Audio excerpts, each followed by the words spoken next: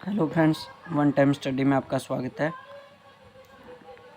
और हम अक्सर इस तरह के क्वेश्चन हैं जो कॉम्पिटिटिव एग्जाम में हमें देखने को मिलते हैं। इसमें जो जैसे वर्ग के प्रत्येक भुजा की, पहले इसकी इंग्लिश स्टेटमेंट भी रीड कर लो आप, अगर आप इंग्लिश के स्टूडेंट हैं तो। और ये है हिंदी की स्टेटमेंट। इसमें बोल रखा है कि वर्ग के जो प्रत्येक भुजा की लंबाई है वो उसमें 20% की वृद्धि की जाती है, तो क्षेत्रफल में कितनी वृद्धि होगी। क्योंकि हम जो वृत्त का क्षेत्रफल होता है वो होता है साइड मल्टीप्लाई साइड। वृत्त का क्षेत्रफल होता है जो ये होता है साइड मल्टीप्लाई साइड। तो जिसमें दो साइड हो, मतलब कि इस तरह से हो, तो उसका हम क्षेत्रफल में कितने % वृद्धि होगी या कमी होगी तो किस प्रकार से निकालें।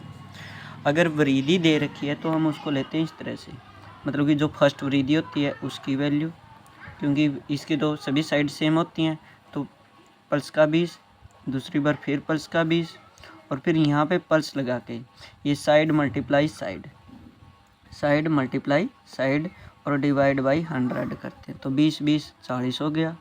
और इस 0 से 2 0 से 1 कैंसिल हो गया, 2 दूनी 4, तो कितना आ गया 44। तो यहाँ से हमारा आंसर आ गया 44% वृद्धि हुई है। तो वर्ग के क्षेत्रफल में कितने % वृद्धि है, 44%। तो अब मैं एक इसी तरह से जो आयत होती है, रेक्टेंगल होती है, उसका क्षेत्रफल में किस तरह से वृद्धि होगी या कमी होगी वो बताता हूँ।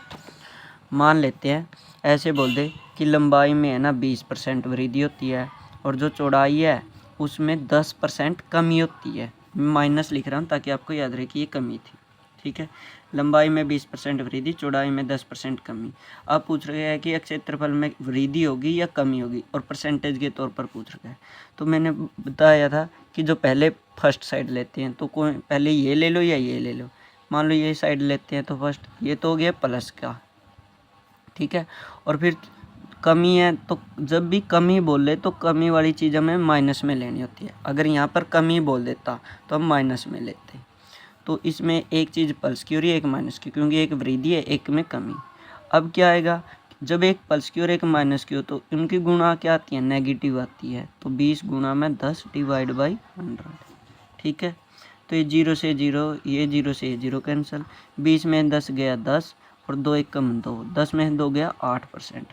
तो इस तरह से जो भी ये आयत होगा इसके क्षेत्रफल में 8% की वृद्धि होगी, क्योंकि हमारा आंसर क्या रहा है, पॉजिटिव। एक और ले लेते हैं हम। मान लो एक आयत है जिसकी लंबाई में 10% कमी हो रही है और चौड़ाई में 5% कमी हो रही है, तो अब उसके क्षेत्रफल में क्या होगा।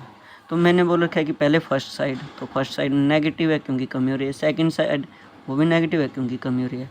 अब दोनों माइनस माइनस की गुणा क्या हो जाएगी, प्लस की, माइनस माइनस की गुणा प्लस की, तो नीचे 100। ऐसे 10 पंजे 50 होता है और 50 दूनी 100, तो ये हो गया 10 और 5 माइनस का 15, और 1/2 का मतलब होता है 0.5, तो -15 में से 0.5 माइनस कर देंगे तो 14.5, ठीक है। और ये माइनस में आया है तो इसका मतलब ये क्षेत्रफल है जो इस क्षेत्रफल में कमी हुई है।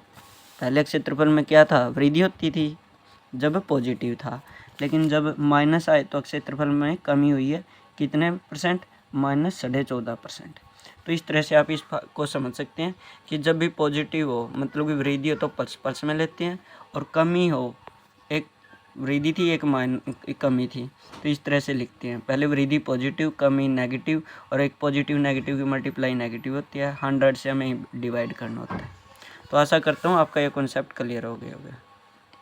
अगर आपको हमारी वीडियो पसंद आ रही है तो कृपया करके वीडियो को लाइक करें, चैनल को सब्सक्राइब करें। Thank you, have a nice day.